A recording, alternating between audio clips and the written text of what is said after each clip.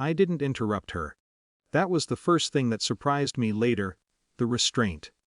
She sat across from me, elbows resting lightly on the table, explaining it as if it were a scheduling adjustment, something practical, something reasonable. I don't need anyone to watch over me, she said. I want to open our marriage. I want to date other men. No hesitation, no softening of the edges. I remember noticing the way the light hit the side of her face. It made everything look calm, almost staged, like a conversation that had already happened somewhere else, and I was just catching up to it. I stood up before I said anything. I couldn't take back, not out of anger. More like instinct, something in me recognizing that whatever this was, it wasn't a discussion anymore. She didn't follow me. That might have been the second thing that settled deeper than I expected. That night, I didn't sleep much. Not because I was replaying what she said. I wasn't trying to argue with it in my head. I was trying to understand when the terms of our life had shifted without me noticing. There's a difference between being trusted and being irrelevant. I hadn't realized how close those two things can feel. By morning, something had quieted in me. Not resolved, just rearranged. I didn't confront her again. Didn't ask questions. Didn't negotiate. If she believed the structure of our marriage could expand without consequence, then maybe the structure wasn't what I thought it was to begin with. 2. The next day, I left work early. I didn't rush. There was no adrenaline behind it. Just a kind of deliberate pacing, like following through on a decision that had already been made somewhere deeper than conscious thought. I made a few calls. People I knew casually, not close, not strangers. Just connections. By evening, the house felt different, not louder, not chaotic, occupied. When she got home, I was in the living room. 3 women sat close to me. Not in a way that was exaggerated or performative, just close enough to be unmistakable, comfortable, present. The room held a quiet tension, like everyone understood they were part of something that hadn't been fully explained. The door closed behind her. She froze. It wasn't dramatic. No dropped bags or raised voice. Just a stillness that hadn't been there the night before. Her eyes moved slowly, from me to them, and back again. "What is this?" she asked. I leaned back slightly, not removing the distance but not closing it either. "You said you wanted openness," I replied. "I'm trying to understand what that looks like." It didn't sound sharp. That was the strange part.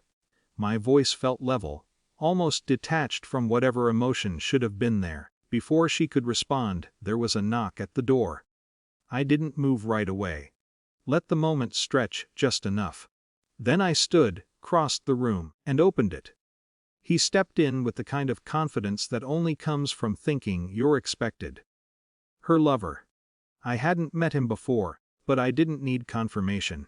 The way her expression shifted, subtle, but immediate, said enough. He looked around, confused. The room didn't match whatever version of events he had been told. "We have a surprise for you," I said, stepping aside. It wasn't a smile of triumph. It wasn't mocking. If anything, it felt like closure. No one raised their voice. That's what made it real. There was no scene to hide behind, no emotional explosion to dismiss later as just a moment. Everything stayed controlled, contained, undeniable. She tried to speak once, then stopped, like she wasn't sure which version of herself needed to respond, the one from last night, or the one standing in front of something she hadn't anticipated. "This isn't what I meant," she said eventually. I nodded. "I know." And I did. That was the point. The rest unfolded quietly, no ultimatums, no accusations, just clarity. What she had framed as independence revealed itself as imbalance when mirrored back. Not because I escalated it, but because I didn't. I didn't argue for the marriage. Didn't defend it. Didn't try to reshape it into something salvageable. I just stepped out of the version that required me to accept terms I hadn't agreed to. 2. Later that night, after everyone had left, the house felt larger. Not emptier, just less defined. She sat across from me again, in the same place as before. But the certainty was gone, replaced by something harder to name. "What happens now?" she asked. I considered the question. "Not in terms of us, but in terms of myself, I think," I said slowly. "We figure out what this actually is. Without pretending it's something else." It wasn't an answer she could hold on to, but it was the only honest one left. In the days that followed, nothing dramatic happened. No sudden separation. No reconciliation. Just distance, not the kind that grows from anger, but the kind that forms when something essential no longer fits. I stopped checking in, stopped adjusting, stopped trying to interpret her choices as something that needed to include me. And in that space, something settled. Not relief. Not sadness, just a quiet understanding that whatever we had built together had changed the moment it became optional for one of us. I didn't win anything. That's not what it was. But I stopped losing something I hadn't realized I was giving away. And that was enough.